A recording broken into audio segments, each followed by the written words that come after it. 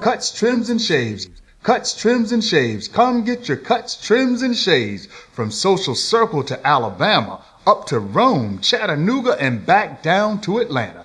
Get your best cuts, trims, and shaves only at Alonzo Herndon's Barbershops. Now, most people don't know about Social Circle, Georgia, and it is a small town just east of Atlanta. But for those people who were born there, it's their home.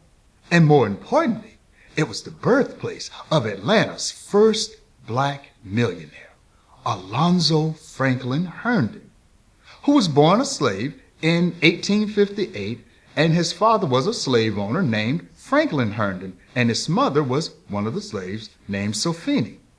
Now, like many emancipated free people of color after the Civil War, Herndon sharecropped, but wasn't making any money doing this type of work.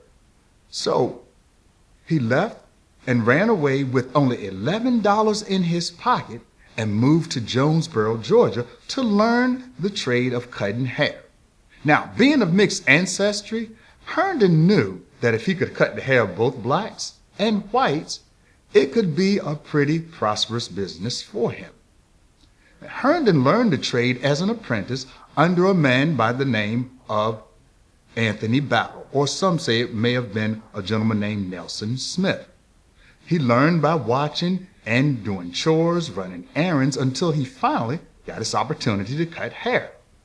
He became so good at it that not only did he get a chair in the shop where he learned, but eventually he had his own one-chair shop in Jonesboro, Georgia, and achieved moderate success. However, Herndon had heard that both Rome, Georgia, as well as Chattanooga, Tennessee, were up-and-coming places, so he moved away from Jonesboro and went to both of these respective cities. But neither of them lived up to the expectations that he had anticipated, so he moved back to Atlanta, Georgia in 1882 at the age of 24. Now, here in Atlanta, he worked as a journeyman and became connected with a man by the name of William Doherty Hutchins, who at that time was one of the best, if not the best, black barber in Atlanta, Georgia. Mr. Hutchins noticed Herndon's work ethic and also his skill and offered him part interest in his shop, half ownership in his shop. So Herndon became part owner, and the two were partners for the period of about 2 years, until financial setbacks on the part of Mr. Hutchins caused them to break off the relationship, and Herndon went on his own. Now, Mr. Herndon lived by the motto of save money, and money will save you, and indeed, it would be his motto that kept him afloat and moving along in business throughout his life. Herndon became the first person of color to have a barbershop in the legendary Markham House, which was a hotel here in Atlanta, only second to the Kimball House, which was reportedly the largest hotel in the Southeast. Now, he thrived at this barbershop for a few years until, unfortunately, it burned down to the ground. But Herndon, being the resilient person that he was, rebuilt that shop to start over again. Now, unfortunately, this second shop that he rebuilt, it too fell victim to flames as well. And one might suspect that perhaps Herndon thought, was this a coincidence or was it intentional?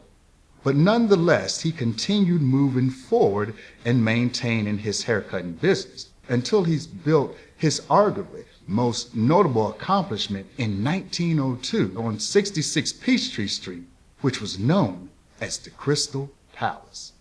Now, whereas Russia has the Kremlin, India the Taj Mahal, only Atlanta had the Crystal Palace.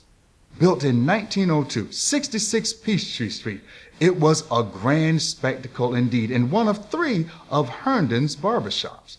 Now, the Crystal Palace reportedly had 25 chairs, 20 baths, 20 barbers. It was decked out in crystal chandeliers, mahogany doors, marble floors. A haircut cost you $25 and a shave cost a dime. It was truly unique, a one-of-a-kind shop. Some say the largest barbershop from our nation's capital to the southernmost tip of Florida. It had everything one might expect in a shop of this luxuriousness and exquisiteness. But one thing was missing. No black customers. You see, even though Herndon owned the shop and his name was on the marquee, because the Crystal Palace was located on Peachtree Street, the business was relegated to whites only. Mr. Herndon and his staff couldn't even get a haircut in the barbershop that he owned. And to add insult to injury, he and his staff also had to enter in the rear of the shop.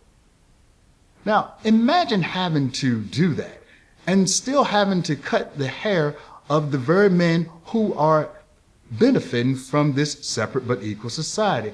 And imagine the thoughts that could have gone through their minds as they're cutting around the very delicate neck and throat areas of these men with razors and knives and scissors.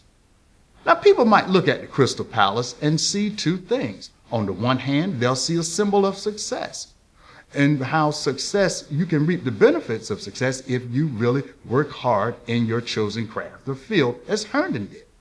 On the other hand, one might see it as a symbol of the Jim Crow status quo, separate but equal. White goes first. Or in the case of Herndon and his staff, colored entry in the rear. Now, the Crystal Palace was also in the midst of a major event that took place in Atlanta in 1906, known as the Atlanta Race Riots, which took place in the fall in September.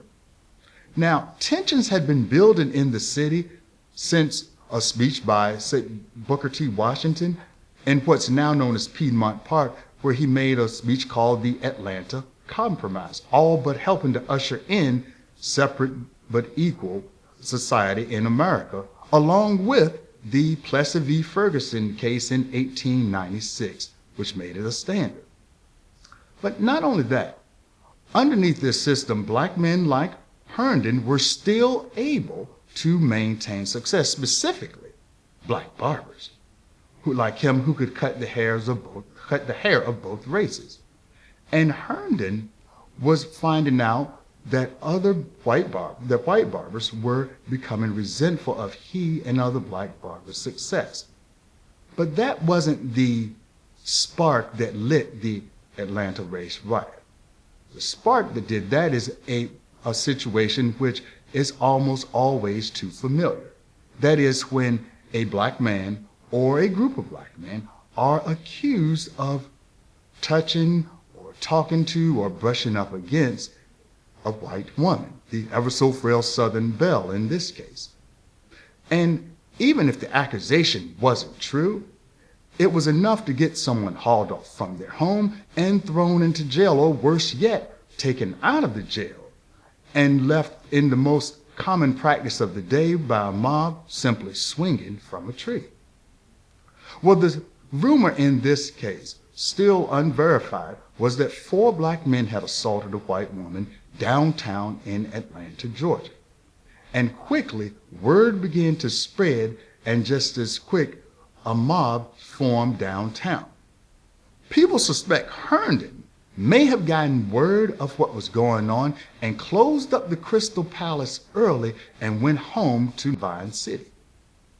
Now, as the mob grew, they started going to the various black businesses downtown, specifically barbershops, where some reports account that barbers were taken in the midst of cutting clients' hair and taken to the streets and assaulted.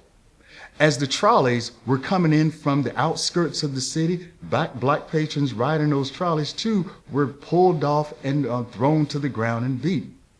Now, when this mob reached Herndon's shop at 66 Peachtree Street, his windows were broken with bricks and stones. Now, one of his workers was unfortunately caught up in this melee, and as one eyewitness account stated, he felt this man, Herndon's worker, a man named Fred Walton, fell victim to a hail of clubs and fists and kicks until he lay motionless on the ground. Well, this entire riot went on to the wee hours of the evening of Saturday night. And eventually, the National Guard had to be called in to quell the violence. But even then, blacks in the city armed themselves in the nearby outlying areas because they weren't satisfied that the National Guard would protect them. The following week, Herndon actually went back to work on the following Monday, as his shop had not suffered that much damage. He and other members of the community, both black and white, got together with civic leaders and discussed with the city council what could be done to prevent something like this from happening in the future. And Herndon, while he didn't suffer much in terms of physical damage to his shop or financially, and he had experience in recovering from things like this before, but such as the fires that burned down two of his shops, at home it wasn't quite so much.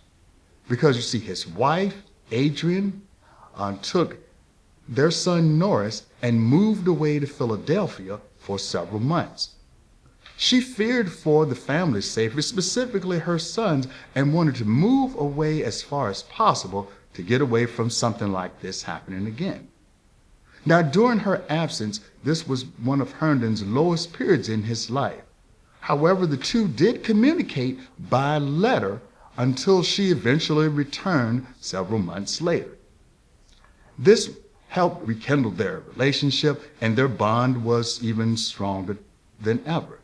And they decided to build a home that would be suitable for moving forward, or suitable to their needs and status, much along the lines of the Crystal Palace. Now, Adrian would be the designer of this home. You see, in addition to her being a professor at Atlanta University and a seasoned thespian, she also had her hand at designing and architecture. The Herndon home, took 2 years to build and was built totally with all black craftsmen and tradesmen, as she insisted on. The Herndon home was finished in 1910. It took a period to build again from 1908 to 1910. However, Adrian would not enjoy the fruits of the labor of those craftsmen who built her and Herndon's dream home. You see, she suffered from a condition called Addison's disease, which affects the kidneys and oftentimes made her ill and weak. She only enjoyed living in the house for a period of 3 months and died at the age of 40.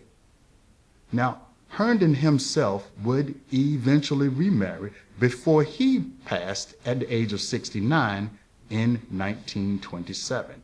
Adrian and Alonzo's son Norris took over the business at that point and continued to see it thrive until he died himself in 1977.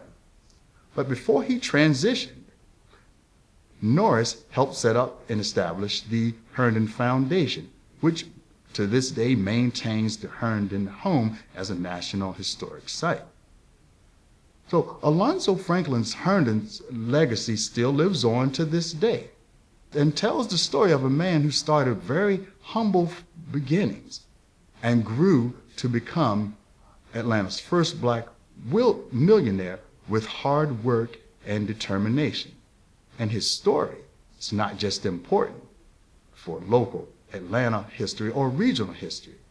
It's an important part of our nation and American history. And that's the end of that. Thank you.